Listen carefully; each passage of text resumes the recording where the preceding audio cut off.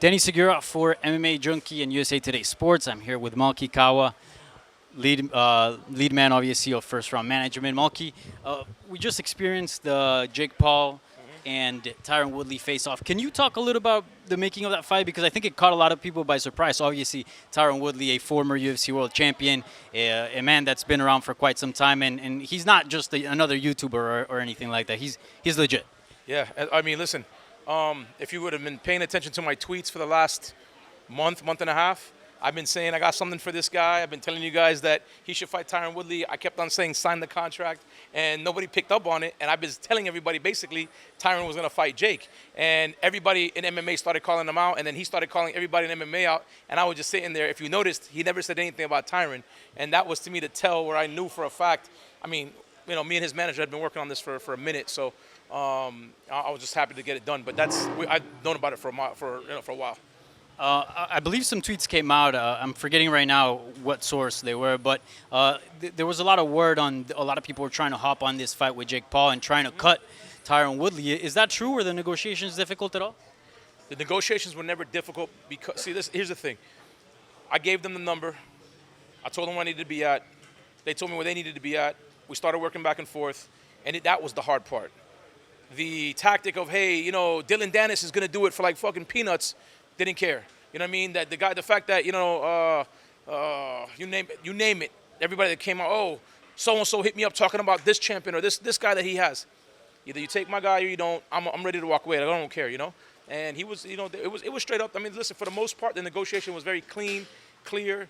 It was just a matter of getting certain things in the contract right, working out, you know, different details and stuff like that. But, you know, when you get your client a multi-million-dollar, you know, deal, and your opponent is a rising up-and-coming boxer. And I know a lot of guys get mad when people say that, but you have to give the man credit. He is stepping into the ring with Tyron Woodley.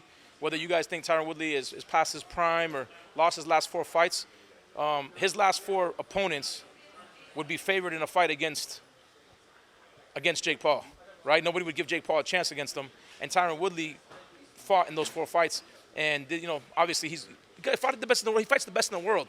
And so, you know, you start getting these call-outs, start getting certain things that get said to you. Guy in the camp starts talking some shit. You want to put that fight together? Let's go get paid and let's go do it. And that's basically what happened. So, you know what I mean? I'm never worried about what somebody else is going to do. The tactics of other managers trying to undercut guys to get things is what's the problem in MMA. I'm not doing that. I'm not going to ever call a Dana White and say, hey, man, let me put this guy in there for, you know, a few $1 million less than. I'm not doing that, right? Every fighter, every person has their value based on what they do, and that's what it is. And listen, maybe when people see the numbers on Tyron, they're going to say, shit, he got overpaid or this, that, and the other, and people can argue that. I think that, what do you call it? I still want more. And let me ask you this. Normally in MMA, I wouldn't ask about it, but in boxing, I feel like it's a little bit different. People, you know, showboat their purses. I mean, how much money are we talking about here? Because a lot of people have said this is by far Tyron Woodley's biggest payday. It's Tyron Woodley's biggest payday, and it's millions of dollars. We're talking $5 million more? Listen, the way this deal is structured, it could be even way more. We're going to hit 8 figures. And Tyron has mentioned, you know, interest in continuing to box beyond this. Is that kind of the career path that you see for him now? What I see for him is him knocking out Jake Paul, right? Them wanting to run it back. Me asking for, you know, the whole bank, not a piece of the bank, right? Being the A side. Tyron doing it a second time. And then Tyron retiring from fighting. Because at this point, you've got all the money in the world and it's time for you to go on. But again, if Tyron wants to box, if that's what he wants to do, then I'll help support it. But I got to make sure that it makes sense. You can't just, you know, I beat Jake Paul, so I'm going to go run and start fighting, you know, other boxers and stuff like that. It's not, it's disrespectful to think you could just jump into somebody's sport and just beat them at it. It doesn't work that way. So victorious, I mean, you're looking at a rematch. Well, I mean, I'm looking at whoever wants to fight, right? But if they want to run it back, I would run it back. Why not? Sure. And now shifting gears on a couple of things, Jorge Masvidal, you know, he fought Kamaru Usman for the title, came up short. Can you talk a little bit about where he's at right now and what's next for him? You know, honestly, we're just taking some time. We're just, you know what I mean, just letting him – look, I'm not a fan of guys when they get, like, knocked out to just jump right back in there. I know if it was up to him, he probably would. We just said, let's relax. Maybe by the end of the year, we'll get something done. You know, he wants to go back to the drawing board a little bit. Clean up some things. He obviously knows where he messed up in this fight. You know, he wants to get this fight back. So I know he was anxious to get back in there and fight everybody, that's ahead of him, above him, or whatever it takes to get back in there. So it's just a matter of just being a little cautious. We don't want his chin to go or anything like that. That's, a lot of fighters make that mistake. So we're being a little bit cautious, giving him the 6 months that he needs to chill out, get back into a camp, and then go from there. So you see another fight potentially later in 2021? Yeah, absolutely. I think so. I mean, as long as everything goes the way it's supposed to, why not? Sure. Any chance, a lot of it's floated around the internet for many years. We ever going to see McGregor, Masvidal? You think that's a possibility still? I mean, listen, the UFC's brought it to us a couple of times and said that, hey, would we be interested in it? And we said yes every time. So it's not on us. But I mean, listen, let's see what happens with Dustin and McGregor, right? If Poirier beats him again, then he's got to look for something that's going to make fans want to watch. You could always do the McGregor, Diaz 3, or you could do McGregor Masvidal for the BMF, which I think would be an amazing event and something that people would tune in and watch. You know what I'm saying? It'd be a real big money event. Yeah, no doubt. And lastly, Jon Jones. You guys announced that Jon Jones had left first round management. Can you speak a little bit upon that? And also, you guys were with him for a long time through a lot of tough situations, a lot of ups and downs, a lot of great moments as well. Can you speak about your time with Jon Jones and also this split?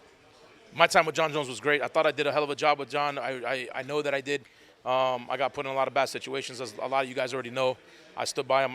I did everything that I think that a manager should do.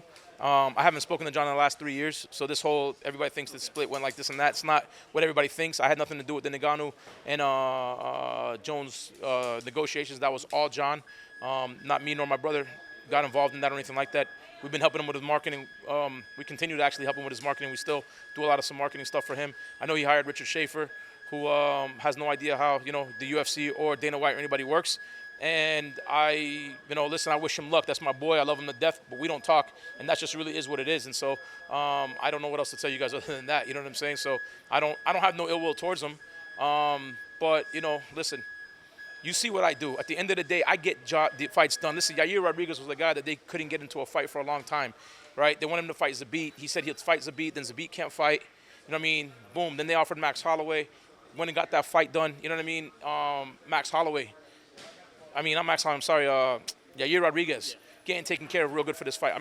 You know what I mean? I just feel like, the work we do speaks for itself. And if you ask any of my clients, pound for pound, they're the highest paid in their divisions almost all across the board. Go ask Derek Lewis. Go ask Lauren Murphy. Go ask all these clients of ours that have been with us for years or some time, or that came from another agency and like, hey, no, this really was what happened. And, when you got guys that are champions that are fighting for less money than my clients, what does that tell you at the end of the day? When my guy's making 3 or 4 times more than the champ, it's crazy talk. You know what I'm saying? So at the end of the day, nobody can really sit here and tell me nothing about it. The Jones split was what it was.